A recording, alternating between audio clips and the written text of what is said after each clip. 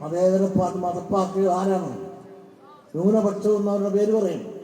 ന്യൂനപക്ഷ പാർട്ടികൾ എന്ന് പറയുന്നത് മുസ്ലിം, ക്രിസ്ത്യൻ, തുറന്നു തന്നെ ഞാൻ പറയുകയാണ്, മതേതര പാർട്ടികൾ.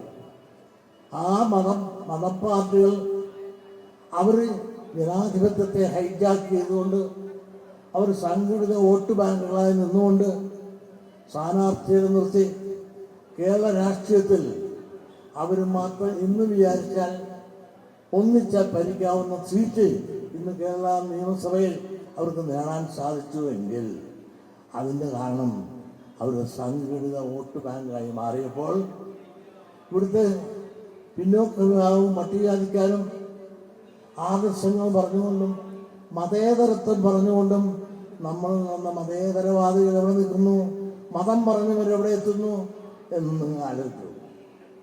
ഇന്ന് വന്ന് മതേതര പാർട്ടികൾ എന്ന് പറയുന്നതിന് ന്യൂനപക്ഷ പാർട്ടികൾ കേരളത്തിൻ്റെ സ്കൂളുകൾ മുഴുവൻ എവിടെയാണ്? മഹാഭൂരിപക്ഷം കോളേജ് എവിടേക്കാണ്?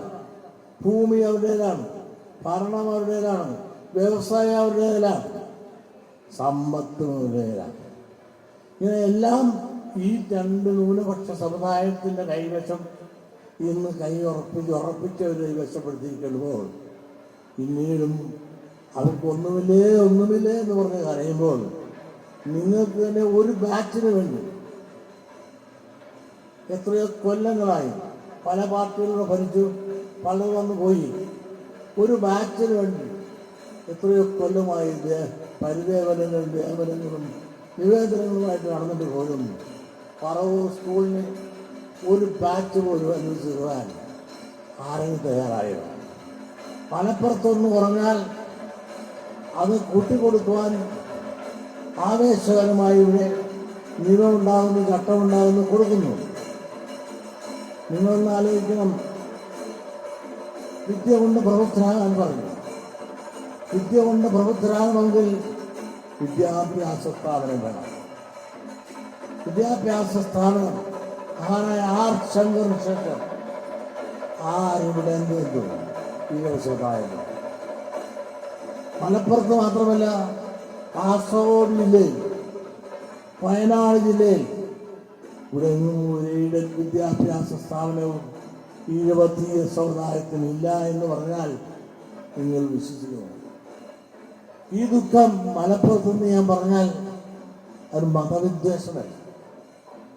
അതിൽ ശരിയുണ്ടെങ്കിൽ ആ ശരി അംഗീകരിച്ചുകൊണ്ട് ഇതുവരെ ഉണ്ടായ ആ ദുഃഖങ്ങൾ വന്ന ആ സമുദായത്തിന് ഒരു പരിഹാരം ഉണ്ടാക്കാൻ ശ്രമിക്കേണ്ടതിന് പകരം ഈഴവനെയും എന്നെയും ഒരു കുലദ്രോഹിയായി, മുസ്ലിം വിരോധിയായി ലോകമെമ്പാടും പ്രചരിപ്പിച്ചുകൊണ്ടിരിക്കുന്ന ഒരു ദുരവസ്ഥ നിലനിൽക്കുന്ന ഒരു കാലഘട്ടത്തിലാണ് നമ്മളിവിടെ കുടിക്കുന്നത്.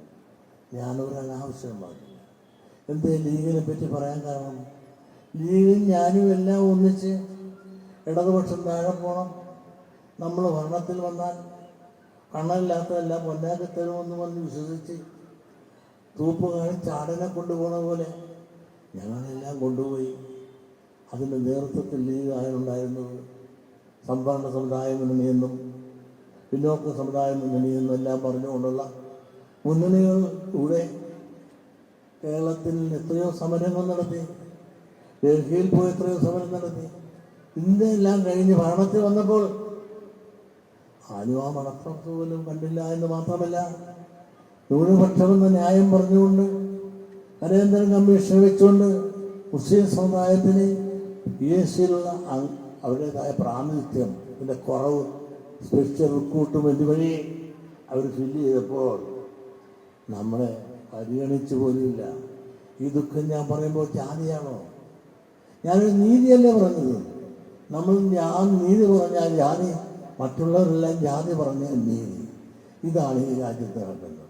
ഈ രണ്ട് തരം നീതി നിങ്ങളൊന്ന് ആലോചിച്ച് നോക്കണം. 120 കൊല്ലങ്ങൾക്ക് മുമ്പ് സ്ഥാപിച്ചാണ് SNDP യോഗം. ഈ SNDP യോഗം സ്ഥാപിക്കാനുണ്ടായ കാരണത്തിൻ്റെ അവസ്ഥാവിശേഷം ഇന്നും നിലനിൽക്കുകയാണ്. 70 വിഭാഗങ്ങൾക്ക് തിരുവിതാംകൂറിൽ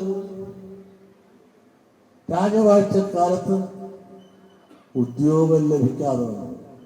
ഡോക്ടർ പൽപ്പു ഡോക്ടറായിട്ട് പോലും ദിവാനെ കണ്ട് ജോലി ചോദിച്ചപ്പോൾ ആദ്യം ചോദിച്ച പേരെന്താണ്, ജാതി എന്താണ്? എൻ്റെ പേര് ഡോക്ടർ പൽപ്പു, ജാതി ഈഴവൻ. മറുപടിക്ക് ഒരുപാട്ടും താമസം വന്നില്ല. നീ കീഴ് ജാതിക്കാരനാണ്, നിന്റെ തൊഴിൽ ചെത്താണ്, കുലത്തൊഴിൽ. ആ ചെത്ത് എന്നാ തൊഴിൽ ചെയ്ത് ജീവിച്ചു 10 തെങ്ങ് വേണമെങ്കിൽ കര ഒഴിവായി തരാം എന്നാണ് രാജകൽപ്പന. അപ്പോൾ ജാതിയുടെ പേരിൽ നീതി നഷ്ടപ്പെട്ട സമുദായത്തിന് ഒരു സംഘടനയുടെ അനിവാര്യത വേണമെന്നുള്ള ആ ഡോക്ടർ പൽപ്പുവിൻ്റെ വിചാരങ്ങളാണ് SNDP യോഗത്തെ സ്ഥാപിക്കുവാൻ പ്രേരകമായത്. ആ പ്രേരകമായ ആ അവസ്ഥാവിശേഷം അന്ന് എങ്ങനെ നിന്നോ ആ അവസ്ഥയിൽ തന്നെ ഇന്നും ജാതിയുടെ പേരിലുള്ള വിവേചനം അനുഭവിച്ചുകൊണ്ടിരിക്കുന്ന ഒരു സമുദായമാണ്. ജനാധിപത്യത്തിൽ രാഷ്ട്രീയാധികാരം വേണം, വിദ്യാഭ്യാസ നീതി കിട്ടണം, രാഷ്ട്രീയ നീതി കിട്ടണം, സാമ്പത്തിക നീതി വേണം. ഇതെല്ലാം വരുമ്പോൾ നമ്മളെല്ലാം ഐക്യം കൽപ്പിച്ച് ആട്ടി അകറ്റി നിർത്തിയിരിക്കുന്ന ഒരവസ്ഥാവിശേഷമാണ് അന്നും ഇന്നുമുള്ളത്. അന്ന് SNDP യോഗം സ്ഥാപിക്കുവാൻ ഉണ്ടായ ആ സാഹചര്യം, ജനാധിപത്യം വന്നതുപോലും അത് മറ്റൊരു രീതി ഇന്നും നിലനിൽക്കുകയാണ്. രാഷ്ട്രീയാധികാരത്തിൽ നമുക്ക് പ്രവേശിക്കാൻ സാധിക്കുന്നുണ്ടോ? പ്രവേശിച്ചെങ്കിൽ അവരെ ചാർശങ്കർ മുഖ്യമന്ത്രിയായി വന്നു. അദ്ദേഹത്തെ താഴെ ഇറക്കിയതാരാണ്? ജാതിയുടെ പേരിൽ തന്നെയല്ലേ അദ്ദേഹത്തെ താഴെ ഇറക്കിയത്? അദ്ദേഹം സ്വന്തം പാർട്ടിക്കാരെ തന്നെ അതിന് കൂട്ടുതന്നില്ലേ?